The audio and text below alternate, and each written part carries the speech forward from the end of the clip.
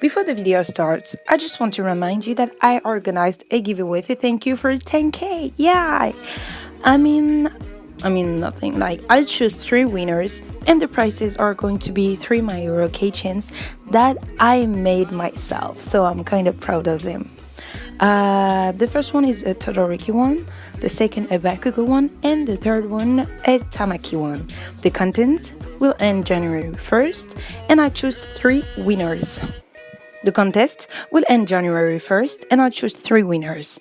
If you want to participate, please join me on Instagram. From there, I hope a lot of you guys will participate. It will mean the world to me. I love you guys. Have a nice video.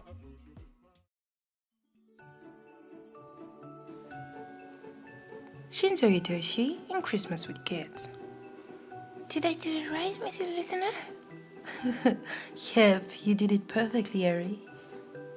Shinzo, listen to the giggle of you and Harry in the living area, working on art and craft project to keep the child entertained. As cute as the sight was, it irked the purple-haired boy a bit that the attention of his lover was not on him. Even though he had spent months convincing Haizawa to allow you to come over. The only reason he agreed to allow Shinzo's company was because he had to patrol the street with Present Mike, and he felt it best to have another babysitter there to even out Shinzo's nonchalant attitude. However, Shinzo's idea of you coming over was very different. He would have liked to relax with you, alone, enjoying an intercuddle session with sweet kiss here and there, eventually falling asleep in each other's arms. But instead, Harry was in your arms, coloring a piece of construction paper, and your undivided attention was on her, praising the white-haired girl for her messy coloring skills. Would he consider himself jealous? Probably not. Would he consider himself upset that his plans got ruined? Yeah, absolutely. And so, he watched you from the kitchen, pretending to have his attention on his phone while doing so. On the outside, one couldn't see the annoyance that was rolling inside him. That should be him right now, being praised by you and cuddling into your warmth, but instead, he was stuck in the kitchen, resting on a lone stool. Harry was such a sweet child, but no matter what reason he came up with his head, he didn't erase the feeling of jealousy that bubbled inside.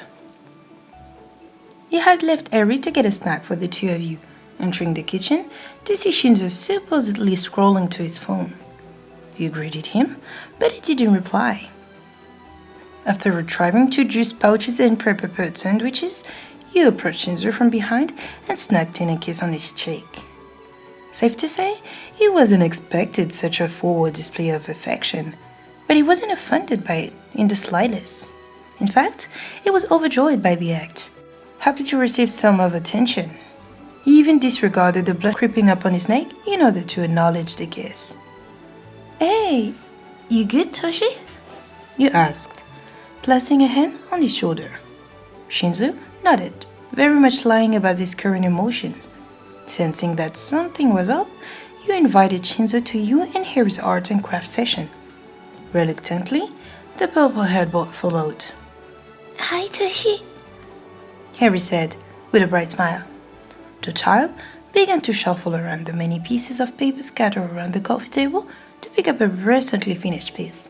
Look what I drew! It was a sloppy drawn picture of the purple-haired boy holding hand with herself, alongside other scenery colored in green, blonde, and yellow. That's pretty, Harry. That's very pretty. Shinzo replied, taking a seat next to her. Part of him now felt bad for being jealous of the little girl, now knowing that while his attention was not on him, the thought of him was still on their minds. Will you draw with us, Toshi? Harry asked, with a cute little held tit, and Shinzo found it hard to say no. And so, Shinzo found himself making a sketch of the 2 girls in front of him, happily coloring their own imagination on paper. Perhaps it wasn't so bad that he had to babysit Harry, since now he had 2 very important women in his life right in front of him. Perhaps it wasn't so bad that he had to babysit Harry, since now he had 2 very important women in his life right in front of him.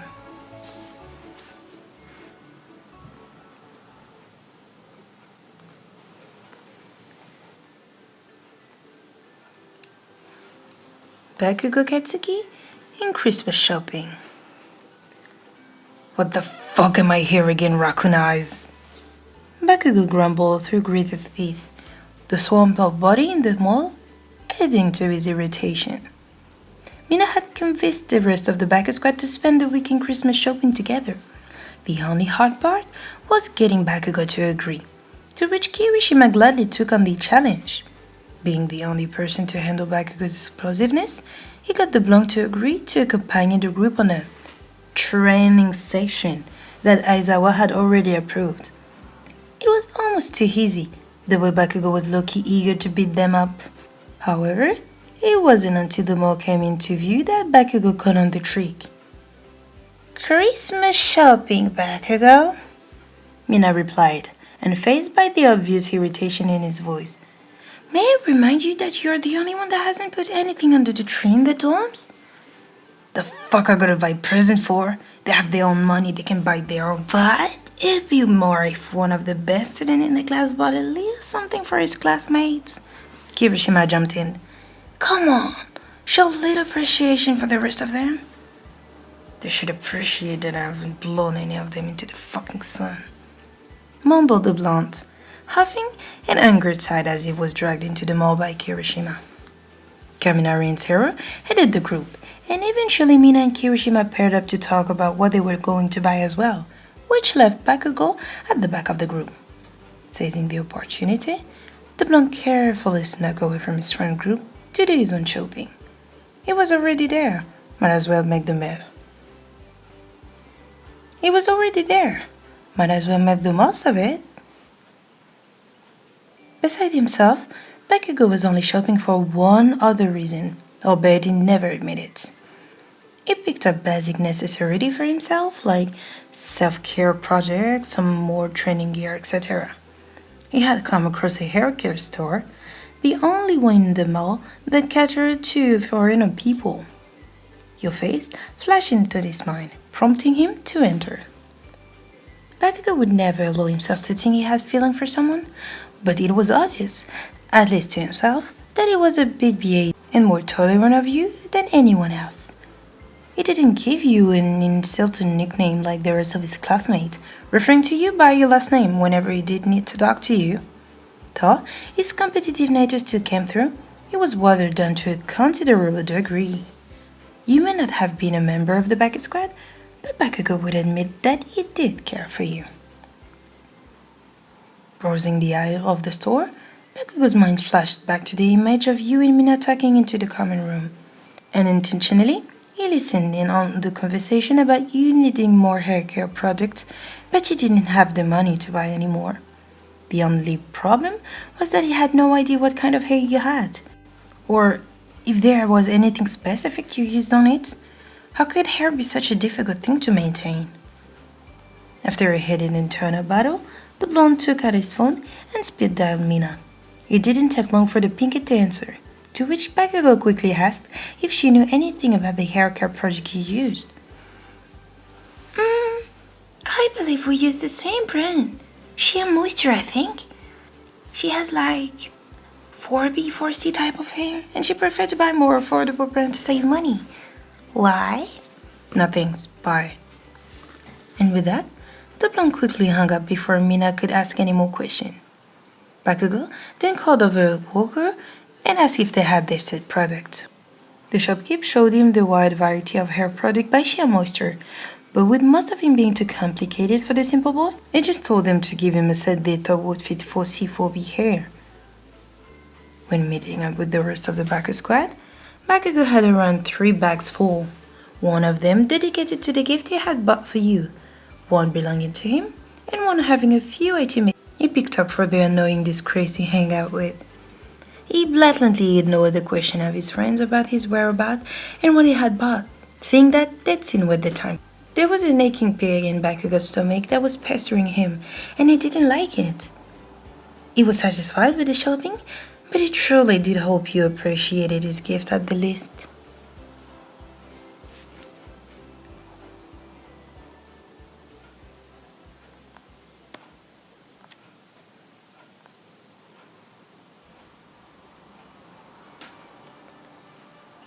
Kirishima Ejiro in writing letter to Santa. The dome was abuzz with bright light, Christmas music, and decoration on every floor. Class 3A were having their annual Christmas party, hosted by the lovely Hashido Mina, who made sure that the event was a blast. Even the tsundere Bakugo seemed to be enjoying himself in the slightest. It would be their last celebration together as a class before they graduated, so everyone took the opportunity to enjoy themselves, knowing that this would probably be the last time they could all gather together. "All right, everyone," Mina exclaimed, flinging her piece of silverware onto a glass to grasp everyone's attention. "As we all know, this is our final Christmas together. By the summer, we all have graduated and set off on our own journeys. And so, with that being said, we still have one tradition left to complete for tonight. The writing letter to Santa segment." Since the start of UA, Mina had set a tradition for everyone to write Christmas letters and pin them onto the dome Christmas tree. At that point in life, where the realization of Santa Claus' true identity had already come to many of 1A, Mina worded it as an act of manifesting the most precious thing a person wanted in life. And so, Mina directed the group of students to the table where paper and pen were set up for the activity. In your 3 years of UA, you had shared love, tears, smile, fear, and everything in between. You couldn't imagine life without any one of your classmates, and you felt blessed enough with everything positive going on in your life right now. You had nothing to ask for, in all honesty. Everything you had wanted in your adolescence had come to fruition, and therefore you had trouble finding something to write. "Hey, what you thinking on, Pebble?" Kirishima's voice reached your ears, making you turn your head to the red-haired boy. I don't know what to write," you told him honestly, resting your cheek in your hand. You were perhaps the most thankful for Kirishima, your boyfriend of 2 years, and who you believed would be the love of your life. Coming into UA, you were not the most optimistic kid, and you had barrier built up to protect your damaged heart. Kirishima, staying true to his nature, proceeded to bulldoze each and every one of your barriers, showing you a genuine love and real happiness that you had only seen in movies and read in books. "Wanna see what I wrote?" Kirishima replied with a sly smile. You nodded, leaning over his bulky arm to read what he had written on his paper. "Forever and always Class 1A? It's happy, but this is our last year," Kirishima confessed. "I'd hate to see us all forget each other after graduation. We've been through hell and back together. Something's gonna show for that, right?" You nodded to his word, taking them in. It was right, after all. You probably would never have another class like 1A, and there were several people who already had set position after graduation. It was a high possibility, but in knowing your class for 3 years, you had a feeling that it would be hard to let go of one another. "Well, I guess there's one thing I'd like for Christmas, but other than that, I've got everything I wanted," you said. "Really? Like, everything? Yeah, I mean, I've got amazing friends, I've always got good foods, a job right after graduation." You tread your word, gazing into Kirishima's eyes. His orbs did the same, holding an immense amount of love and adoration for the woman in front of him. "And the kindest, sweetest, and most compassionate, the love of my life." Kirishima smiled, the brightest smile his cheeks could hold, her baked cheeks flushing pink from your heart. "Damn, Pebble, you got me there." It was evident that he was embarrassed, but it didn't stop him from swooping in and stealing a kiss from your lips. As if on cue, you could hear Bakugo raging on his side. "Get a fucking room, you disgusting piece of shit!" With a smirk, you put Kirishima down for a longer kiss, flipping up Bakugo in the process. Yep, you definitely had everything you wanted.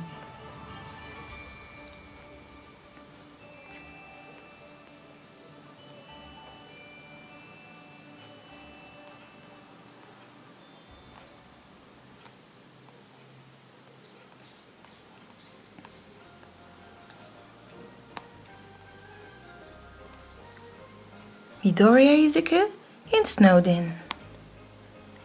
You were spending the day with Midoriya, as it was going to be your last day in Musutafu for winter break. You were going back home to visit your family for the holidays, and they were a few cities away. You wouldn't see Midoriya for a good few weeks, which upset the both of you. Currently, the two of you were up in your room, watching a movie and cuddled up on this bed. You made commentary on the movie here and there, either about how shitty the special effects were or the storyline. Sometime during the middle of it, Inko knocked on the door. Midoriya gave her the okay to enter, and when she did, both of you instantly looked the sad look on her face. Listener dear, you might want to come downstairs. The weather forecast is on. A bit confused, you and Midoriya followed the green-haired woman downstairs to view the forecast displays on the television. The weatherman spoke of a harsh snowstorm that was hitting Musutafu at very high wind. All flight had been cancelled for the safety of the passengers. Oh, no, this can't be happening, you muttered. Your heart sunk. You had been planning this trip since Halloween, since you hadn't seen your family in so long.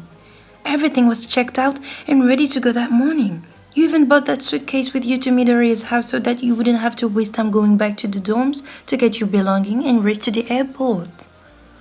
Midoriya noticed your sudden mood drop and linked an arm around your waist, pulling you into a much-needed hug. He hated to see his love hurting, and he knew how excited you were to see your family again after months of video calling and texting. He looked up at Inko, and the two shared a sympathetic gaze. Listener dear, I know you may not... Listener dear, I know it may not be the same, but... Inko began, unsure of her words. Midoriya encouraged his mother to continue while you turned to face the woman in his embrace. You're more than welcome to stay with us. It'd be a hassle to get back to the zone with the amount of snow that's being predicted to fall. Inko had practically considered you her daughter now. You had made Midoriya so happy in the few months you two had been dating, and seeing the change in her son made her just so happy. You were family now. Maybe not by blood or yet by marriage, but you were like another child she was obligated to care and protect. Hey, it'd be okay, listener, Midoriya added on. You can stay with us. Mom would definitely make sure you're taken care of. We're family too, you know. After a moment of thought, you nodded in agreement to the proposal. Inko, in a rush to cheer up the atmosphere, offered to make hot chocolate for the three of you while you called your family to deliver the bad news. She's really bummed out about it, Midoriya said softly, coming into the kitchen where his mom was. He leaned against the counter while the other woman finished the hot chocolate. Well then, we should try and get her spirit up, right? Inko replied in a positive tone, gathering the tray of mugs with the hot chocolate to the coffee table in the loft. Midoriya followed her. Mom, thanks for letting listeners stay here and... Oh, shush, don't thank me for anything. Inko cut Midoriya off mid-statement. She's practically my daughter already. Plus, you'd have to be a villain to let a child go outside in that snow, struggling just to make it home down the street. Wait, daughter? What that's supposed to mean, Mom? Midoriya asked frantically, feeling the red hot hate crawling up his neck from his mother's words. Before Inko could reply, you had come out of Midoriya's room, finished talking to your parent. Oh, great timing. We were just thinking about playing a game. Inko chirped, hoping that the mention of the game would help lighten everyone's spirit. Wait, we were? Yes, Izuku. Can you get the card game box for me, please? Fast forward an hour later, and the three of you are nose deep in an intense game of Truth or Dare. It was you who had told Midoriya to pick Dare, and hesitantly he picked up a red Dare from the stack. When you saw his mouth hang open in shock, you knew he had scored big time. Revel something you never told your parent. Was what Midoriya read from the card, and you sat up in your seat, ready to see what would the boy perform his thing of things I never told Mom. Oh, I'm so ready for this one. Inko looked so confused, wondering what secret could her son have kept from her. She knew he was a teenage boy, and that teenagers are bound to keep secrets from their parents, but she had believed her precious Izuku to be an open book to her. Finally, after what seemed like hours of shocked embarrassment and breath-holding, Midoriya spoke. Remember the entrance exam? Remember the entrance exam when I said I only broke a couple of fingers? Yes. Inko nodded. He came home with bandage wrapped all around him, and I didn't think much of it. Why? You struggled to hold back your laughter while Midoriya struggled to get the word out without worrying his poor mother to death. He already did that on an even more daily basis. What happened was... He broke his entire body. Listener, Izuku, I can explain. Mom, wait. Your laughter finally spilled through your lips as you watch Inko go off on her son for his recklessness. And Midoriya shrank from his mother, obvious irritation. Of all the audacity Midoriya had, he dared to keep that big of a secret from his mother. How dreadful! Your laughter died down as you continued to watch the scene before you. Inko was right. They were family to you. They were the best non-blood related family you could ever have. And you would do your best to make this time with them last with laughter and cheer that will last through the rest of the year.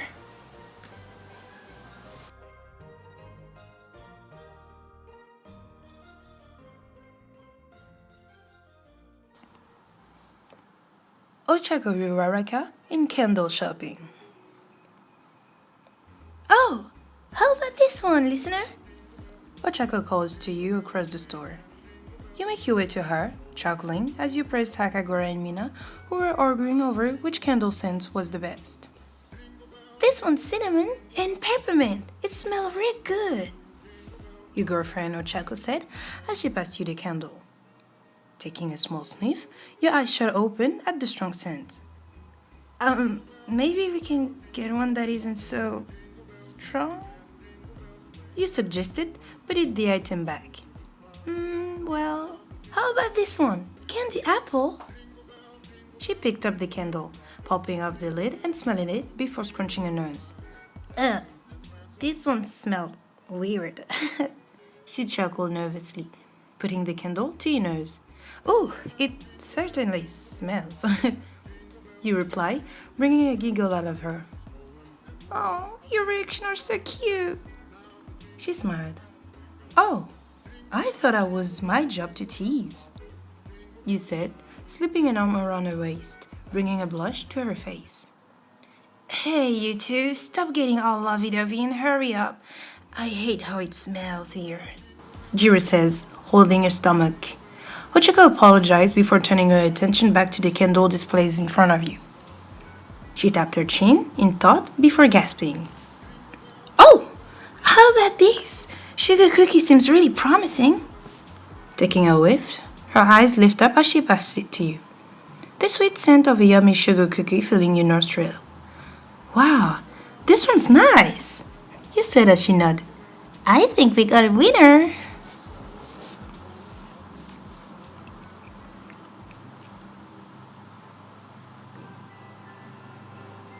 Shota Aizawa in gift wrapping. Can you pass me over the tape, please? The tape.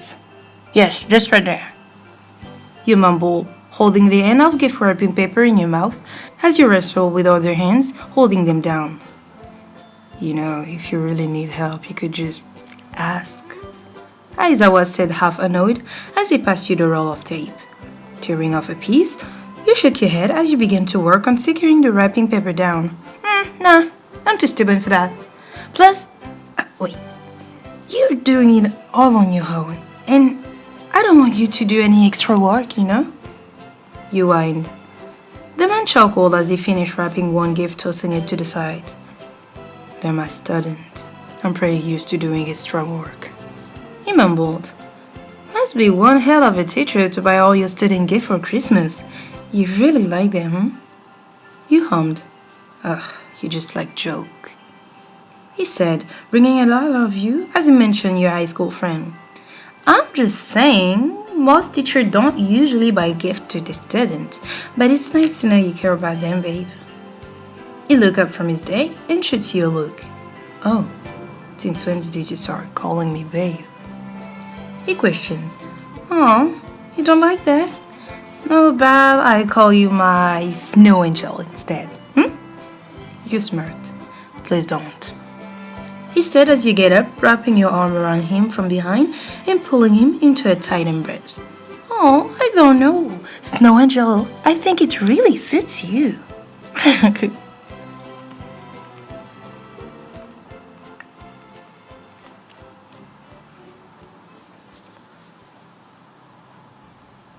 Mirio Togata in Snowman. You hugged yourself tightly as you stepped out into the chilly outdoors, trying to keep warm as he stared in awe, watching the snow flutters lowering to the ground. Next to you was your boyfriend Mirio, who had a bright smile on his face as he inhaled deeply, taking in the scent of French winter snow and pine trees. "It's so nice to finally get to play in the snow," he beamed, practically skipping as he walked out into the open yard, leaving you alone to, in your word, suffer. Mirio and you were finally on vacation, taking a break from the hectic life of fighting crime and saving lives. As much as you loved your job, you loved getting to relax a little bit more, so Mirio, completely on a whim, rented a log cabin in the mountain for you and him to spend your holidays at. To say you were excited was an understatement. Not only was this your first holiday with Mirio, but it was also your first time seeing snow as you came from a place that never had winter, so you were excited to finally experience the element in its fullest form.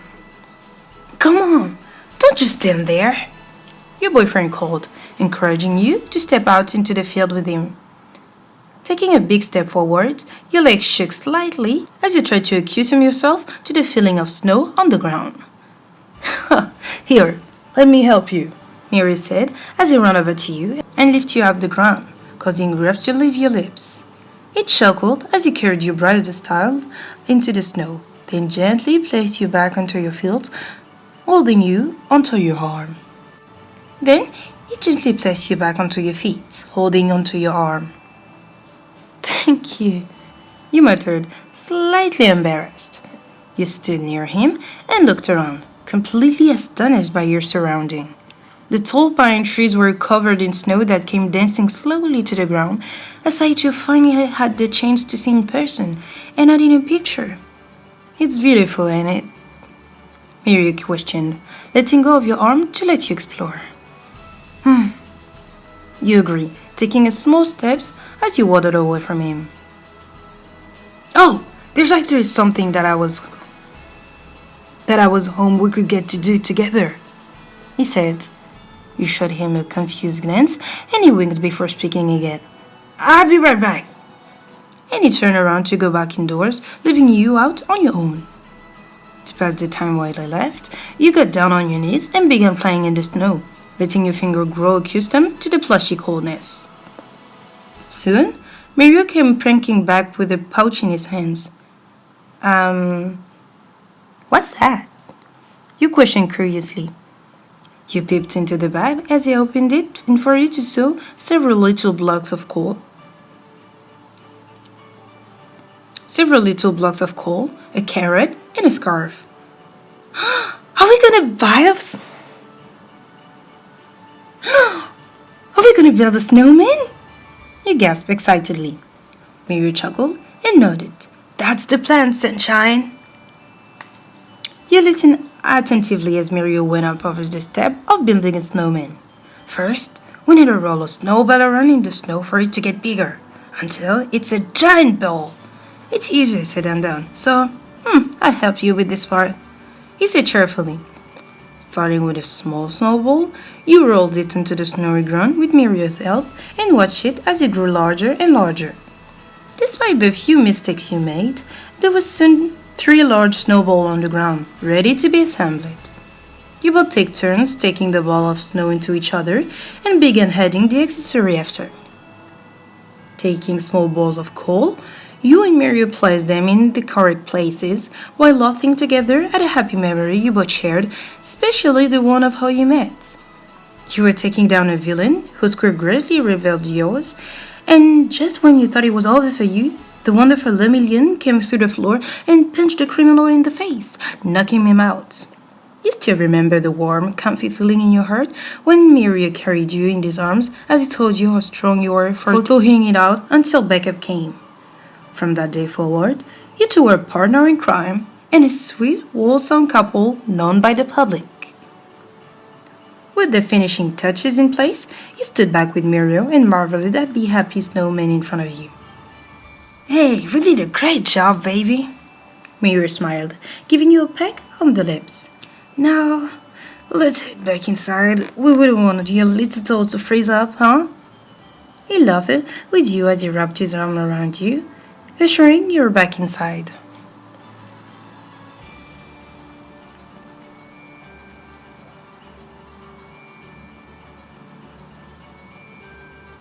To USA in By the Fireplace. You yawned tightly as you stepped out into the living room, hands carrying a stack of warm covers. You tiptoe your way to the couch where you see your girlfriend Sue laying on her side comfortably by the fireplace, coiled up in a bundle of blankets. "You're back," she said tiredly. You chuckled softly and placed the new cover on the arms of the couch and sat down where her feet rest, gently stroking her thighs, which were covered in a thick layer of fabric. When winter came around, it was always important for Tia to keep her warm as possible, to prevent her from falling into a state of hibernation. In truth, there was nothing wrong with hibernation, but the last thing you wanted was to miss on the festive holidays, and most importantly, time with you. So she always do her best to stay as close to any warmth she can get.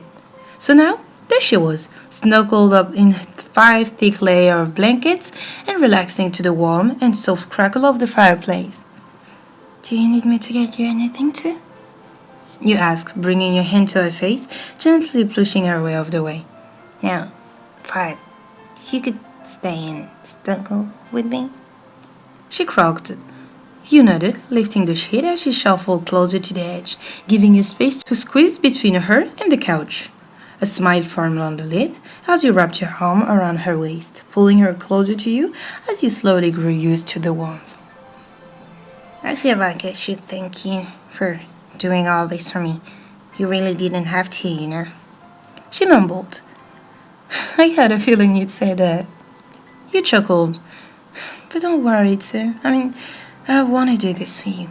Besides, what type of partner would I be if I didn't? A shit one, that's for sure." Yawning, you tangle your legs with her, humming contentedly. "Still, I owe you a whole bunch for this," she mumbled, slowly drifting to sleep. "You can make it up to me in the morning. For now, let's rest." You responded, pressing a kiss to her cheeks.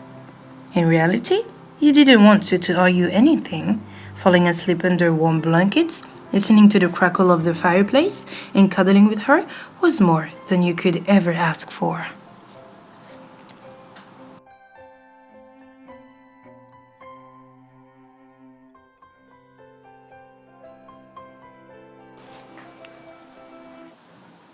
Shoto Todoroki in ice skating.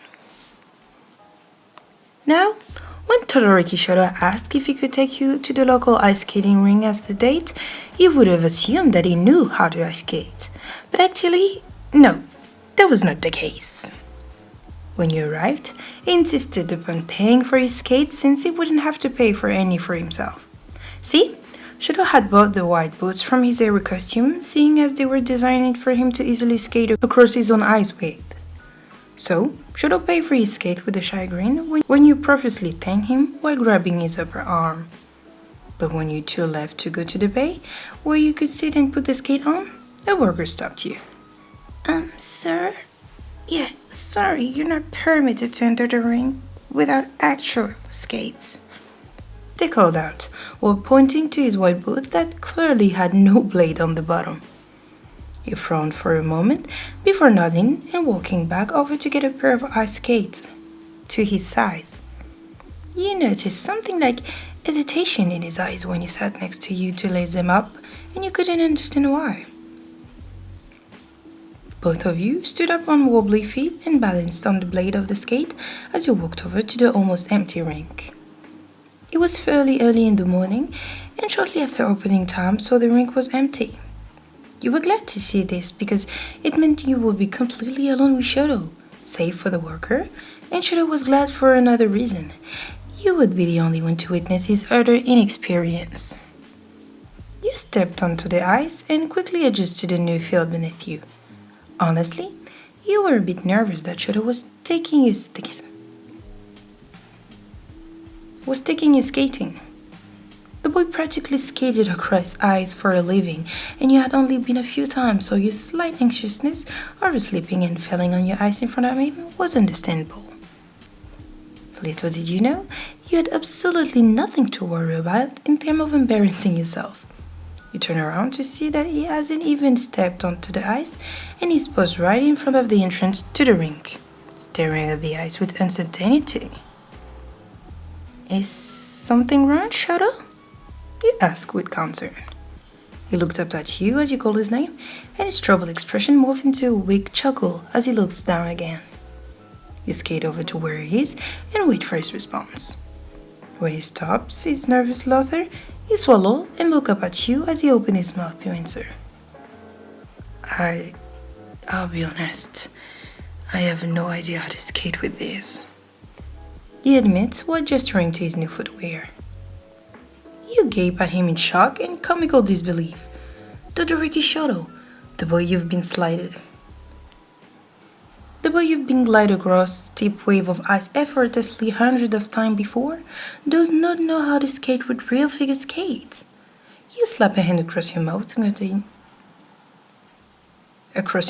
contain your unsurprising giggles, and he furrows his brow at you despite the small grin twitching at his lips. If you didn't know how to skate, why did you take me on ice skating date? You laugh, no longer being able to hold in it. He laughed along with you and shake his head before mumbling out. I know that wouldn't be allowed to use my boots. I wouldn't have taken you elsewhere, you know. You nod your head in understanding with a playful smile still on your face as you reach down and grab both of his large hands. Don't worry, I guess I just have to teach you then. You offer while pulling him to step onto the ice. He struggles to balance and you tighten your grip on him so that he doesn't immediately go crashing down. And for a while, you just stay like this with hands held tightly together so that Shoto doesn't fall. You're giving him pointer the entire time as he gets used to the feeling of standing onto the ice with the separation of the blade. When he seems to be comfortable, you let go of one of his hands and then stands well enough on his own. So you start slowly moving forwards, dragging him with you, and he just barely balancing, leg wobbling. Shoto collects himself and tries to stand up as straight as possible with his other hand held out to his side to help. But he becomes too sure of himself too fast and believes he can do it without your help. I think I can move on my own now, he said. You oblige and let go of his hands and are delighted to see that he is able to stand by himself. When he tries to move forward like you is when the problem starts. Shoto's feet kick out beneath him, his back hidden straight to the ice. You gasp and reach out for him in an attempt to keep him from falling, which was indeed a mistake. The force of Shoto falling takes you down with him and you collide with his chest as his back collides with the ice. But to your surprise, he let a laugh, accompanied by a pained squeeze. This triggers your own giggle too, and suddenly, both of you are laying onto the cold ice, laughing as a mishap to your heart's content. That is, until a worker skates over and hovers above you with an amused grin saying, Listen, ton of drainer. Listen, ton of drainer ice skater are going to be coming in soon, and I'm not saying you have to leave, but I'd recommend it seeing as both of you are, on the ground. You nod with a smile and look up at Shadow with also nodding. No worry. I know somewhere we can go. Shadow responds. The worker helps you off the ice and onto the real ground before doing the same with Shadow, who is more than happy to switch back to regular shows. He takes you back out to his car with a small blush on his face as you lightheartedly tease him about the fall. So, where are we going? You ask. To my house. I have to get something for you. You vaguely respond. You attempt to pry whatever this secret is from his mouth, but he won't budge. He doesn't budge even when he pulls up to his house, runs inside, and returns with a white bag that he tucks at his side so you can't see its contents. You drive for a while, and you watch in peace as your surroundings become more and more secluded until they stop the car in a small wooded area a few miles from his house and tell you that you arrived. Shut up, we like in the middle of nowhere. What do you mean we're here? You deadpan. He offers a slight grin and tells you to walk with him as he grabs the white bag in his boots. Wait a minute. You're not bringing me here to kill me, are you? You tease again.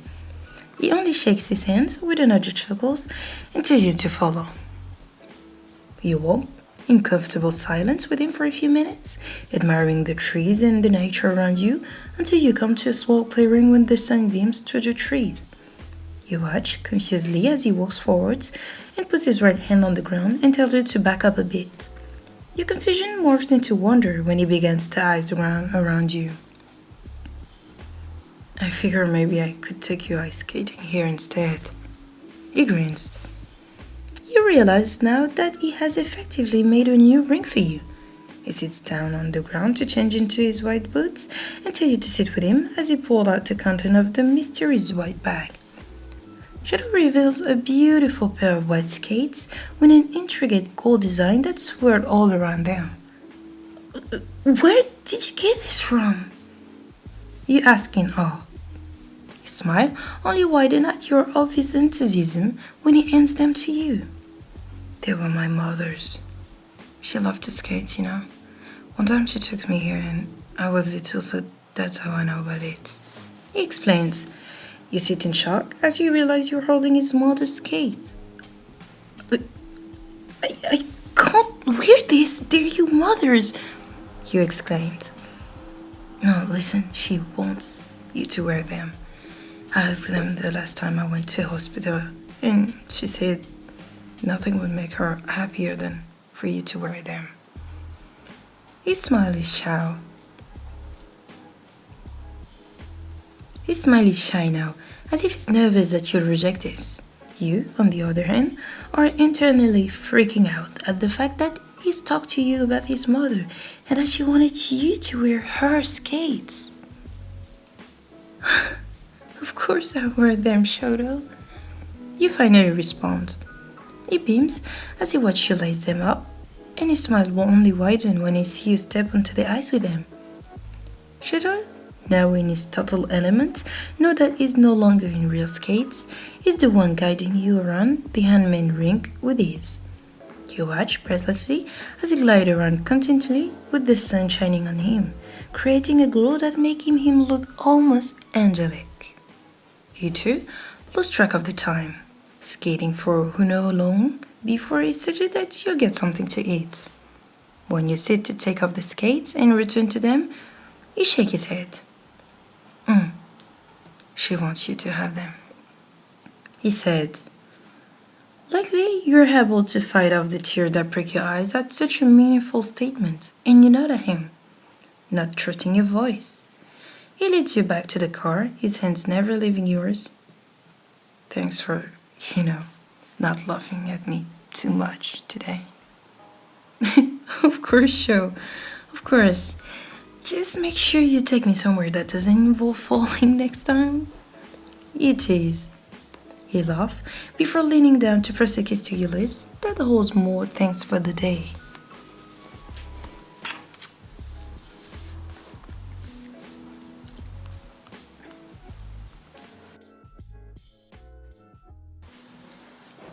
Midoriya Izuku in Christmas Party. There were a lot of things that Midoriya Izuku loved. Two of those things being you and Christmas. So when the joyous holiday began to work its way around the corner, he started to brainstorm ideas of how to celebrate and confess his feelings for you. Yes, he was head over heels for you and you had no clue. Though you were the only one that didn't know given how painfully obvious his feeling for you were. Even Todoroki, arguably the densest voice in the class, had noticed, stating it like, Midoriya, you always look as if you're going to be sick around them. Is there a reason for that? But that's beside the point. The point was that the class was having a Christmas party and Midoriya has a limited amount of time to conjure up some plan to confess to you at said party. It wasn't like him to pull such a bold stunt, especially in a romantic sense, but he believed that you deserved that and more. Unfortunately, he was able to come up with nothing, and the party was mere hours away. Poor Izuku had consulted nearly everyone, and still none of the ideas seemed suitable enough. He'd scored the internet first, searching things like what to get your crush for Christmas, only to click on an unsuspecting article and be met with a list of suggesting lingerie. Never had he closed his phone so fast. So he resorted to asking his friends, who were only slightly better than the article. Lida said to get you an extensive collection of books on hero laws. Uraraka told him he could get you a cute sweatshirt for the cold weather. Todoroki tried offering the idea of a card with a sweet message detailing his feelings for you. And Bakugo said, "Get out of my face, fucking nerd." Midoriya groaned and let his head slam down on the table in the common room with a frustrated sigh. The party was at the end of the day and he had nothing. You walked into the room carrying a box of ornament for the tree when you saw him at the table. "Oh, hey, hi Izuku, what's up?" You called out. His head shut up at the sound of the voice he recognized so well. "Hi, I'm not doing anything right now. Hey, what's the box for?" he asked, gesturing to the one in your hand. "Oh, this is for the tree. Hey, your hair kinda looked like a Christmas tree. It's kinda cute." You stared with a smile. At this, a blush exploded on his cheeks and you giggled while he stuttered at a response. In the midst of his flustered rambling, you pulled a few small red ornaments out of the box and walked up to him. "Hold on, don't move for his sake, I have an idea," you said, and Izuku completely froze.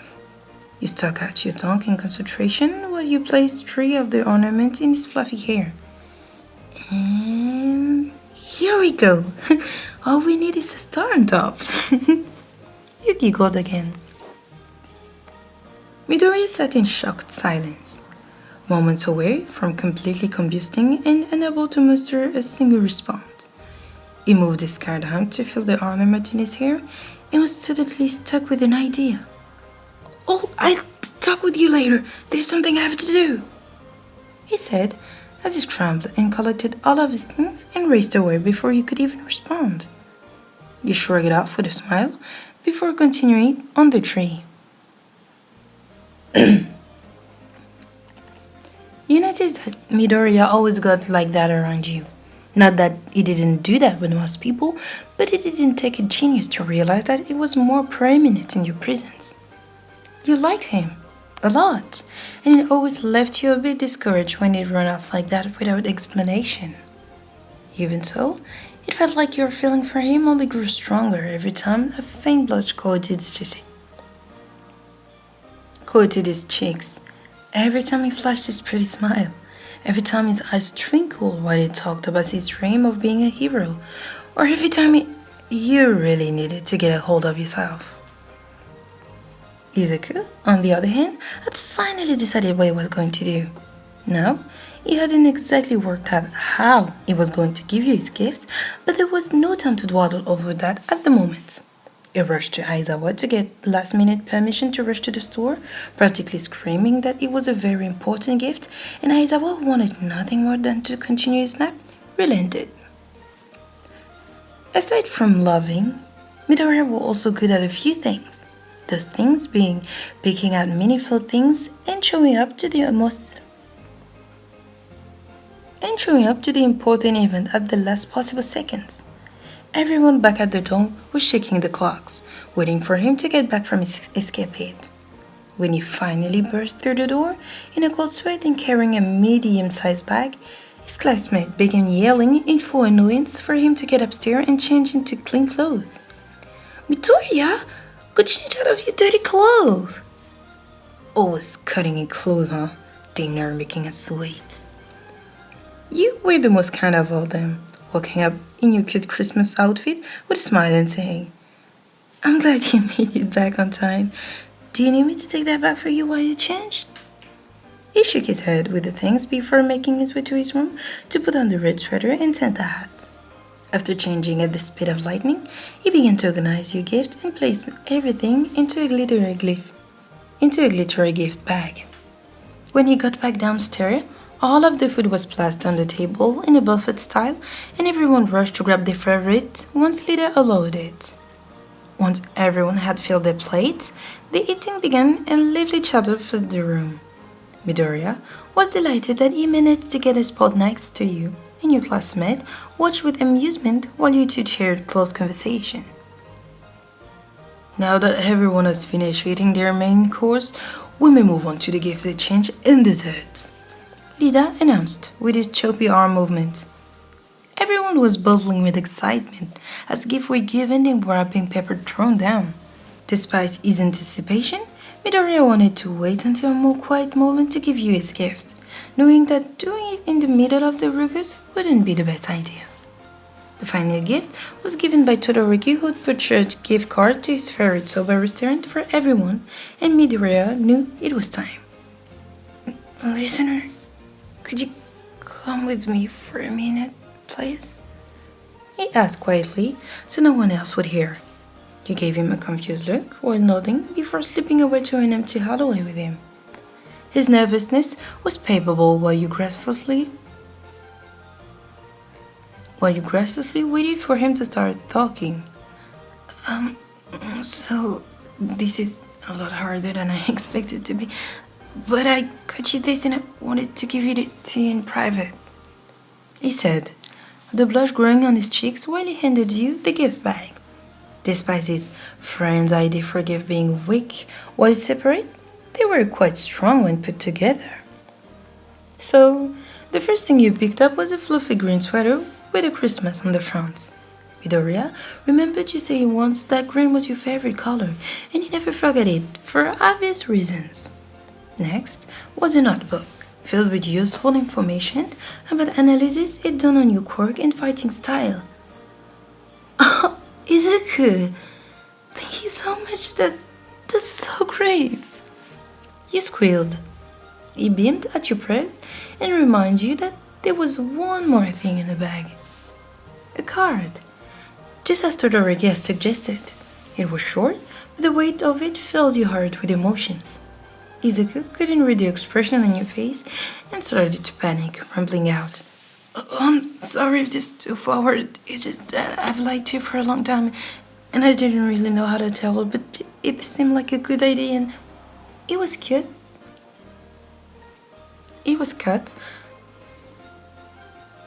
off by a pair of lips, specifically your lips against his own as he melted against you, hands reaching out to grasp yours. Both of you sighed and smiled into the kiss, but you were suddenly cut off by the flash of a camera. You broke apart to see the rest of your classmates jumping around in excitement, passing cash from beds and clasping.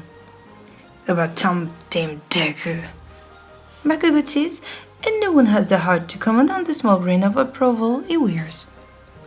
You look back at Izuku with a wide smile that he returned. You know, I was gonna wait until New Year's to do this, but it looked like you beat me to it. You breathed, you breathed grimly. Well, I wouldn't mind if you wanted to anyway, he remarked cheerfully before pulling you in for another kiss. He remarked cheerfully before pulling you in for another kiss.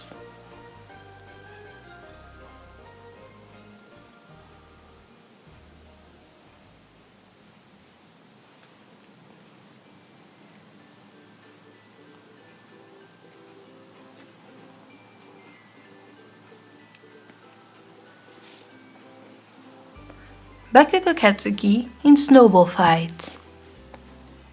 Hell no, absolutely not, he said when you asked him to go outside with you and play in the snow. But evidently, Bakugo Katsuki was head over heels for you and could deny you nothing, even if you wanted. Especially not when you looked at him so sweetly with your best puppy dog eye. After an intense staring match, he relented with a tch. You grinned at him when he told you to go get your coat and wait by the door for him while he changed. You missed the lovesick grin he tossed at you when you skipped away to wait by the exit. Bakugo trucked up to his room to change into warmer clothing, but when you returned to go outside with you, he didn't find you at the door. Oh, you dumbass. I'm not in the mood for this stupid little game right now, he called out, knowing at this point you probably weren't even in the dome building anymore. In fact, he noticed the door was left open a bit, most likely purposeful on your part. He knew you liked to play games when you run and hide, and he always had to find you before you spring on him. He scoffed at your childishness and walks outside to follow your blunted footprint in the snow. But Bakugo was not stupid, and neither were you. That's what always made you silly games of cat and mouse so fun. The trail of footprints was clearly left for him to see because he knew you wouldn't make such an obvious mistake if you were taking this seriously. He pauses for a moment and looked around, eyes searching for you or your possible path. Little did he know, you were hiding behind a thick tree trying to stifle your laughter as you grabbed copious amount of snow to make a generous pile of snowball.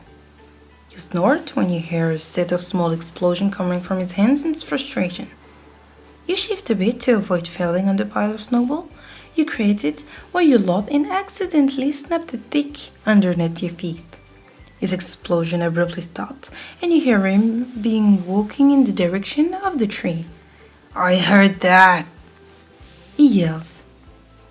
You wait your option. You could continue to hide behind your tree with your snowball until they find you and render them useless with explosion, or you could jump out and attack him now. Obviously, you go with the latter because, who wouldn't? You grab as many of the snowballs as possible and began blindly throwing them in his direction, and to your luck, every single one managed to hit him almost square in the face. Despite his usually astounding reaction time, it does not begin to set off explosion until after the fifth snowball hits him. You're loudly cracking as he screams curse at you, even though all of your attacks going forward are stopped by the head of his explosions. When you finally run out of snowballs, your laughing does not stop, but you see the dangerous grin that spread on his face, and you look down and see the huge snowball he's holding in his right hand. Now, your first thought is, there's no way he could throw it that far to hit me, right? But Bakugo is bold and strong, and you know this, so you start really screaming and running as you try to put as much distance between yourself and the snowball as possible. Get back here, you little brat! I'll get you for that! He screams in full anger, but you can hear the crack of his laughter slipping through. But before he can come up with a witty retort, the large snowball that he was holding it propels into the back of your head and it sends you flying face forward into the snow-covered ground. You heard a loud and regretful "Oh shit!" come from Bakugo as he ran to where you laid on the ground.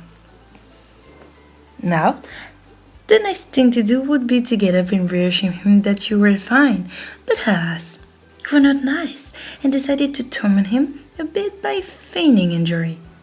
He grabs you by your coat and rolls you over to carefully brush the snow out of your face and check your injury. Shit, I didn't mean to hit you that hard. Hey, are you okay? You almost break your seemingly injured character at the foreign worry in his voice. He let out a few more hopes and swear when you don't respond to him, and it caused a high-pitched laugh to leave you throw. Bakugo looks at you incredulously before he realized you were faking, and then proceeds to drop you back in the snow. That's not fucking funny. He deadpans. You should have saw your face. You cry out between laughter. Seeing as you're not getting up, he grabs your arms and begins to drag you through the snow back to the entrance of the dorm. Oh, come on, don't be like that. It was funny. Come on, I'm sorry. You fake pout. He grumbles again, but does not answer, and only then you do see the annoyed expression on his face. It was rare for him to get genuinely annoyed by your antics, but not impossible. You stand up to get a better look at him, but as you do, he reaches for your face and you met with another handful of snow. Katsuki, you traitor! You gasp, to which he only laughs as he runs from you. If you get the fucking jury, I get the fake anger, dumbass. The rest of the chilly morning is spent running around chasing each other until both of you decided that you're too cold to continue and calls it quits. He ushers you inside to the warmth of the dorm and then takes you to the kitchen to heat up some tea.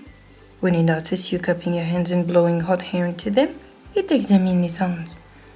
You told him once that you loved his hands since they were so much warmer and bigger than your own, and he never forgot it. It could be especially helpful in moments like this. Hey, thanks for playing along, Suki. I had a lot of fun, throwing snow at you, This time, you don't miss his lovesick expression.